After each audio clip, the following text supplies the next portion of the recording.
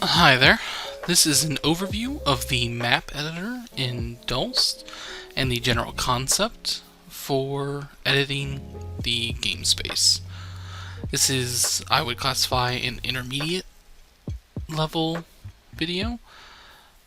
I would recommend that if you're just starting out, you do not modify the map editor, as it requires additional code to basically make function the way you want, and your time would probably be better spent learning the core coding and skill building and effect building prior to messing with the map.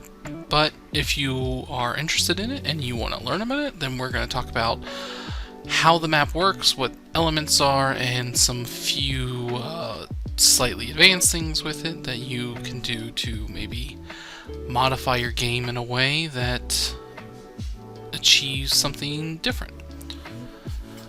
So, this is the basic map editor of the template game. So this is the basic Hearthstone-esque map. It is got plenty going on, lots of boxes. One thing to note, you are fully able to control everything from the left-hand side. You can move everything, manipulate everything, select everything, all from here. You never have to touch this if you don't want to.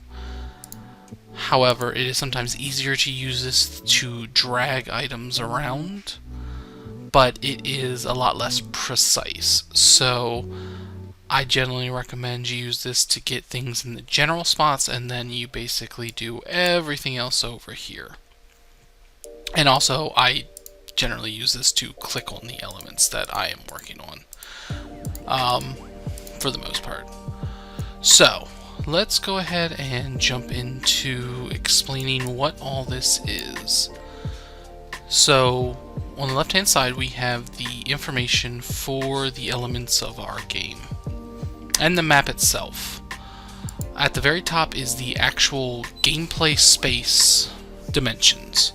So this is for the entire square of the play space. By modifying this, you change the dimensions of the play space. It is up to you if that's something you want to do and work with, but that is what these top numbers control. Underneath that, we have an Elements button that lists the current elements that exist within your map. Anytime you click on these and you click on one, it will highlight the element and it will be the one you begin to work on. So you can use this to quickly select which element you want to work on to modify. Next is we have a Create New Element button. This creates a new element instantly. It is usually always put up in the top left.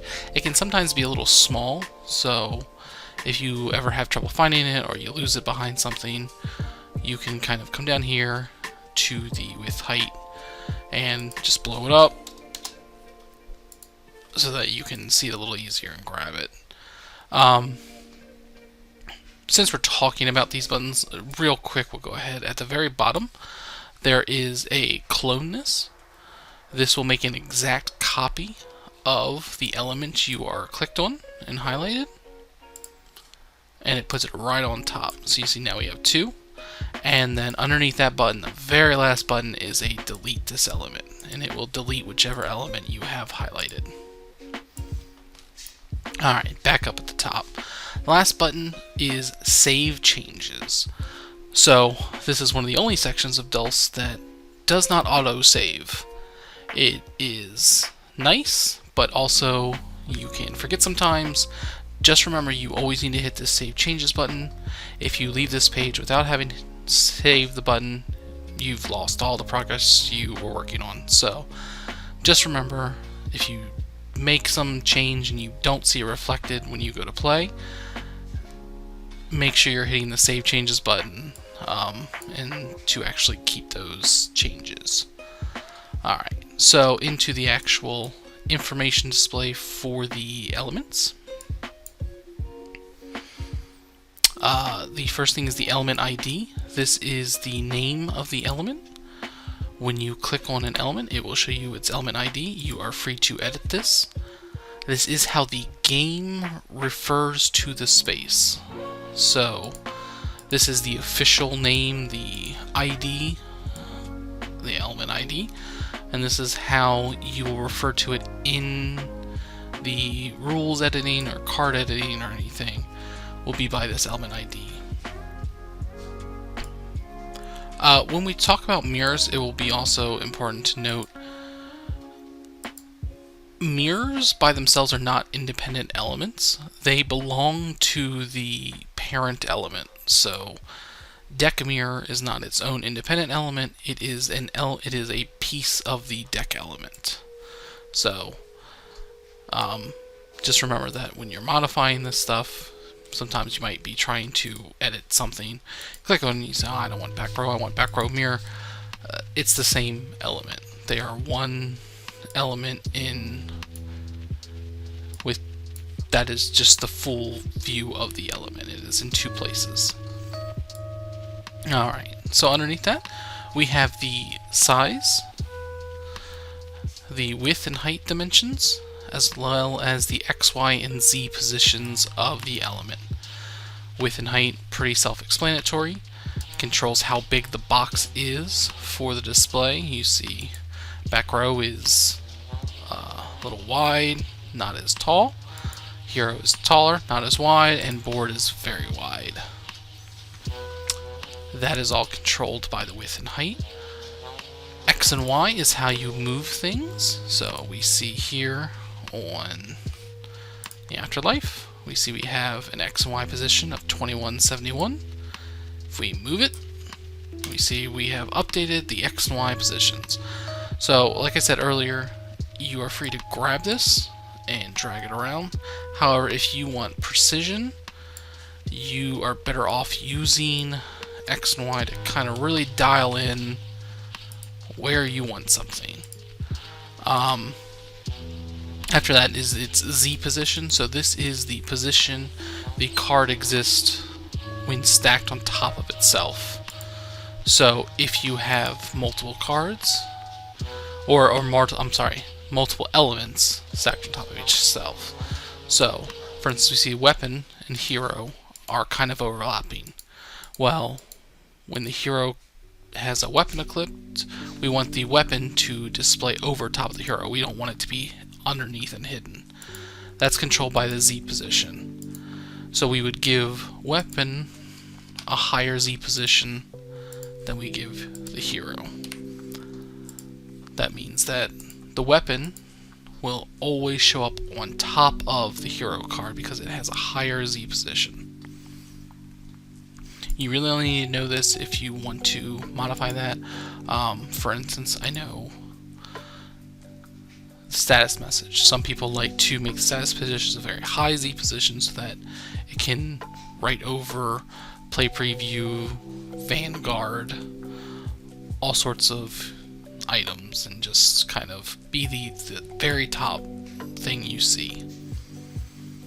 Underneath that we have tags. You're able to group multiple elements by a tag name and kind of collect them all into little groups. If you have a lot of intricate map elements and you're really working on it, it could be helpful. I've never really made use of the feature, but if that's something you're into, feel free to use it. Alright, and then underneath we have the element type and the specific element properties that change based on the element type. So instead of going through these now, we'll go ahead and talk about all the element types, and then while we're talking about the element type, we'll talk about its specific element properties that are unique to itself. So you see in here we see 4 element types. stack of cards, row of cards, information display button. Really, what you need to group these in, I think, are 3 categories. We have the elements that refer to cards, the information displays, and buttons. Obviously, stack and card and row of cards are different, but functionally they do a lot of the same things. Stack of cards is for when you want to have a single location with multiple cards and you want them to basically overlay on top of each other. This would be things like the deck area, where cards exist one on top of another, or the afterlife, where it is a group of cards where usually you only see the top card. Underneath that, we see the stack type. So this is that we can change it to clickable stack that shows all the cards, an unclickable stack that shows the first card, or hide the cards and show the back of a card. I think those are all pretty self-explanatory. Use whichever one you see fit. And the last option is mirror. This basically controls if you're going to have a mirrored element, and where that mirror element is located. So if you create a mirrored element, that basically assigns 1 copy to player 1 and 1 copy to player 2. If you do not have a mirror, then it is designated a neutral space that is not owned by either player. Things like the status message are neutral. They are not owned by either player. Messages sent there are seen by everyone. It is not controlled. Whereas the board has player 1's board and has player 2's board, and that you can send to either location specifying owner or opponent, or player 1, player 2.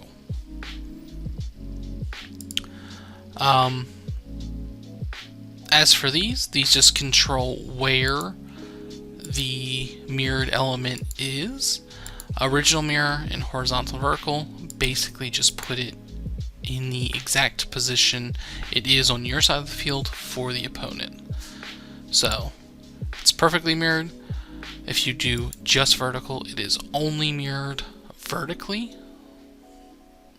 And if you select horizontal, it's only mirrored horizontally. So basically, this is for if your board is set up with top and bottom for each player, or left and right for each player, or if you have some specific need for that.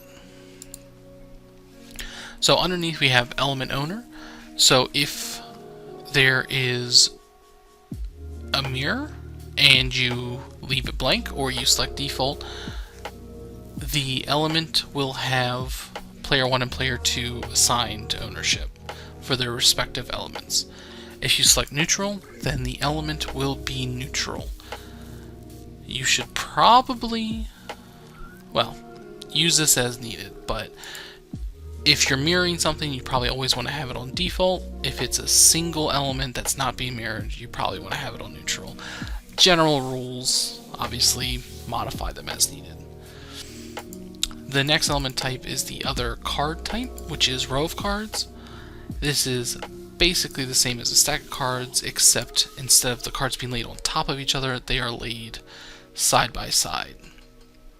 So they are next to but not overlapping, or at least not fully overlapping.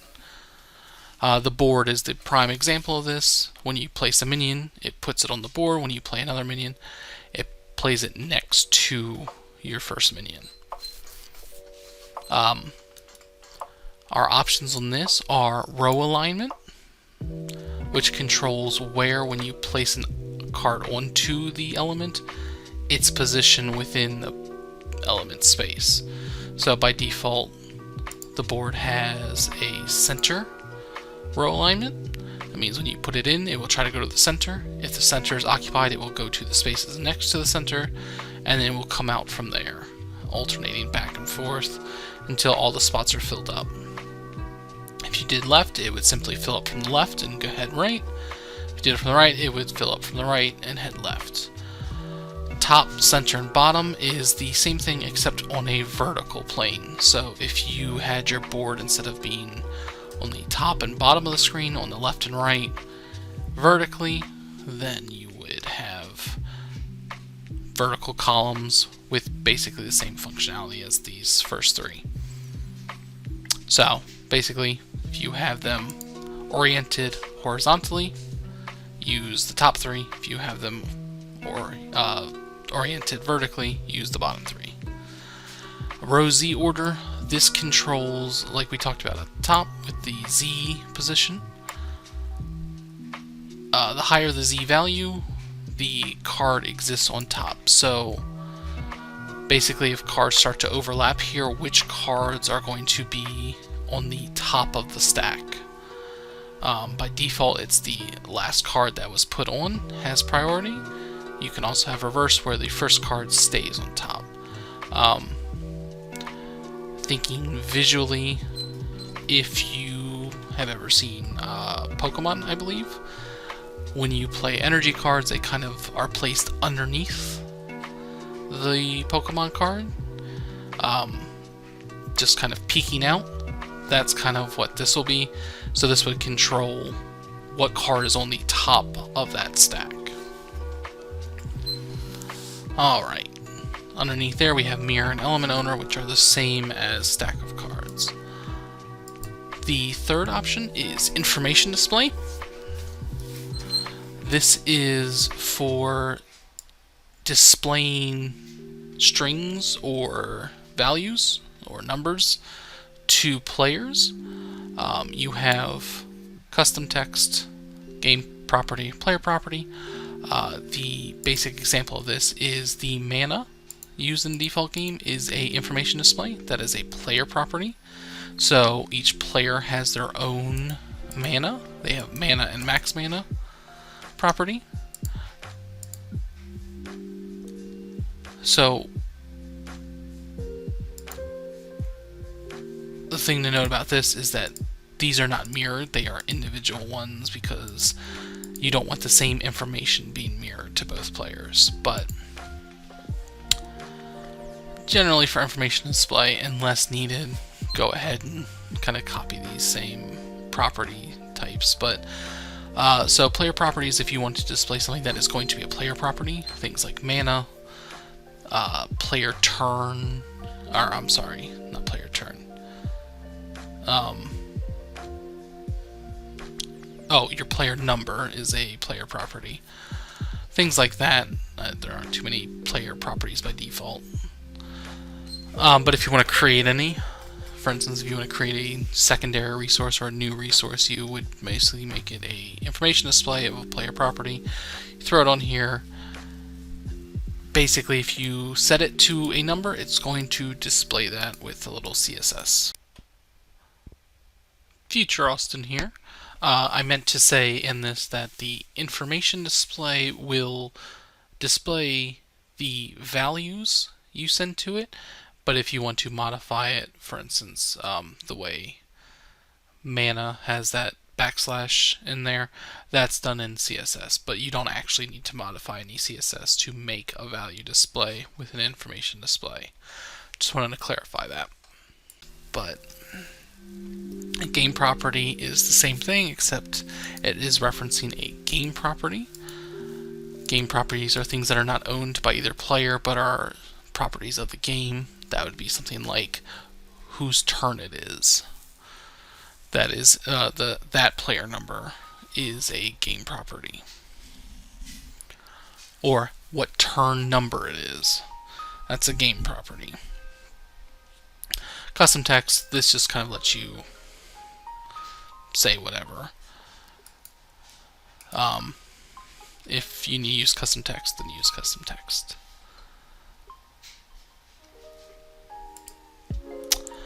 Alright, underneath that, we have the mirroring. Again, unless you need to mirror this for some reason, go ahead, but you don't need to by default. Alright. So that is pretty much everything for information display. Information display is the weird one in that, if you want to display something that is going to be a player property, things like mana, player turn, or I'm sorry, not player turn. Things like that, there aren't too many player properties by default. But if you want to create any, for instance, if you want to create a secondary resource or a new resource, you would basically make it a information display with an information display. Just wanted to clarify that. information display, you will need to modify the CSS to show information display. But the location, once it's made, does exist. You just have to basically give it information to display. The last element type is a button. So the two default buttons are end turn and exit game. So what a button is exactly what it sounds like. It is a clickable item that once it is left clicked, fires an event. We will go over buttons a little bit just to show you how they work. And depending on your button, you may need to add a rule card or element firing by default. It kind of just depends on what you're using the button for, but we'll look at an example on how these are set up. But if you want to add new buttons, I know some games use them to kind of open up an inventory or a side pack of cards, sideboard or something. You can always create a button to do that. Again, kind of use the same basic stuff as information. Unless you really have a reason to mirror it, do it. Elsewise, just leave it as kind of a neutral, no owner button. The buttons do have a unique property in that you can create a button text. So they do not by default have to be...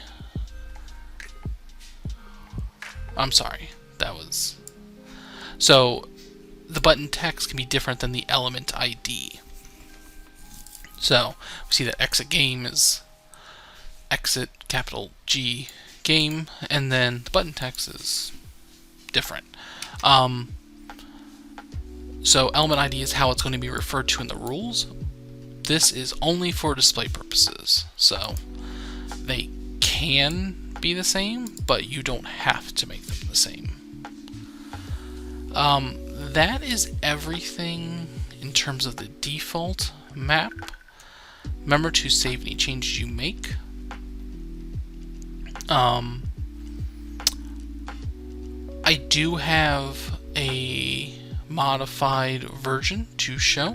Someone did mention about making a kind of extra element that created like a neutral board. So that was what we're going to see reflected in the example story mode. So this is the one I made. This basically added this extra board. Basically a card. I coded a card to, when it's played, head to the extra board. And this extra board is actually neutral and not owned by anyone. So both players are able to add cards to this space, which we'll see displayed. But basically, like I said, from everything we saw before, all you're doing is adding the element and then spacing it in there and hitting the buttons you want. Nothing really to it. One last point before we get out of the actual editor, I do want to touch on, you are not constrained to just one map. You are free to create multiple maps. It's a little tricky, or not intuitive. Basically, in order to create a new map, you're going to go up to your top bar and you're going to take the last little part that says main. So it'll say, dulst.com / your game / map editor / main. We're just going to replace main with the new map name. So, for instance, I have made one here that is called map 2. That is it. It is a fully different map. We are able to call this map whenever we want and use it. Possible uses for this is a kind of reward screen, a sideboard sort of mode if you're doing a solo mode, a sort of rest area, map screen. You can use the map for whatever you want. You would just create your buttons or create your elements and then send cards to it, but I will show how to access the maps. But to create them, like I said, all you do, you type in a name for the map, it'll automatically create it. You do this, just make sure you save changes. The only problem is you have to always manually type in that map name in order to get back to editing that map. And you will need to know that map name. So write it down somewhere, keep it, or use a very simple naming convention, but just know that currently multiple maps are not fully supported within the game UI. Alright, so all that being said, we have this card I have made. It is the mouse card. It is doing stuff. I have changed its cost and I am making it draw first so that we can have it right away. So we're going to ignore the second line for now. We're going to look at the first one. So we saw on the board that I made, this one, we have a new space called extra board. So if we come back here, we see that I'm making a simple invoke effect that once this card is played, it is going to send a clone of this card to the extra board location in face-up position, just to show how the map editor works and the fact that it just kind of works without any real issue. So we click, you see, created a clone, it goes there. The enemy has one, it clones there, and it is sending a bunch there. Awesome. So, and again, to illustrate, I didn't have to do anything special. This now exists as a location. If you wanted to create a location that does it, what the location does is up to you, and then that's going to change how it's coded. For instance, in my One Piece game, I have a territory location where you can kind of play bases and ships, and they are interactable by units and by spells and stuff. They can kind of battle back and forth. So it's a kind of a separate combat area. So what you do with the spaces is up to you, but that is simply how easy it is to implement the base system. Any extra stuff will be on you. Just for demonstration's sake, if we come down here to the second code, we're going to go ahead and turn it on. So all this is doing is we are setting this as an invoke. We are using the effect action load map, and we typed in that map to ID. This is where I said you kind of had to remember a lot of the map names and everything, because not only do you have to manually type it in to get back to edit it, you also need to manually type it in to access the map. But now we'll see that when we play the rat card, or the mouse card, we will automatically dump the map we're on and we will load the new map. Remember, I have not set up the map to do anything special or anything. I'm only demonstrating how you would go to a new map. See, there, it wiped it. We have different dimensions. A lot of our board space is gone. We don't really have any elements anymore. We have the leftover cards because we didn't remove them. Basically, you're still acting within the same turn you were on, but everything has been, all elements have been removed. So you would need to kind of write things to modify that.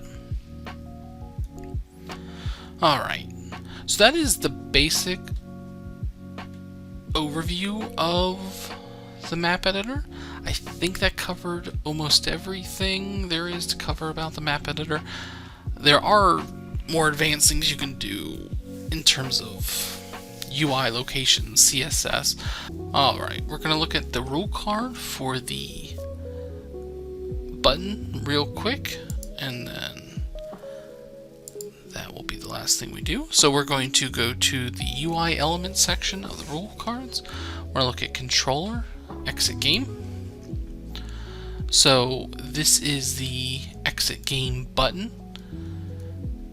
So we see that this is all there is to the exit game button. So the rule is created by itself. It's a match start. That means it's automatically generated at the start of the match. Goes to each player, and it triggers on the event exit game button.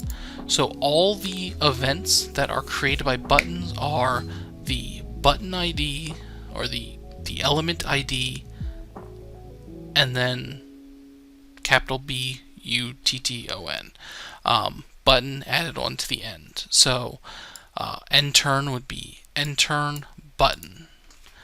You know, if you had next turn, it would be next turn button. The event is always called whatever the ID is, and then the word button. And it is always triggered on the owner itself. So if I press the button, it triggers on me. If you press the button, it triggers on your player property or your player profile. So that's really it. I did just want to mention how buttons fire, just because it's a small little thing that can be mentioned in here. Also, I guess it should be mentioned up front, but if you don't know, to get to the map editor, you go to your admin section, and then you go to map editor.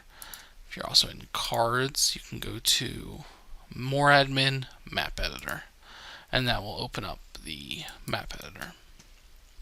Alright, I hope this was helpful. This was a little longer than I thought it was going to be, but I guess there's just a lot to talk about for the map. So, hope you all enjoyed, and I will make some more videos soon. Thank you.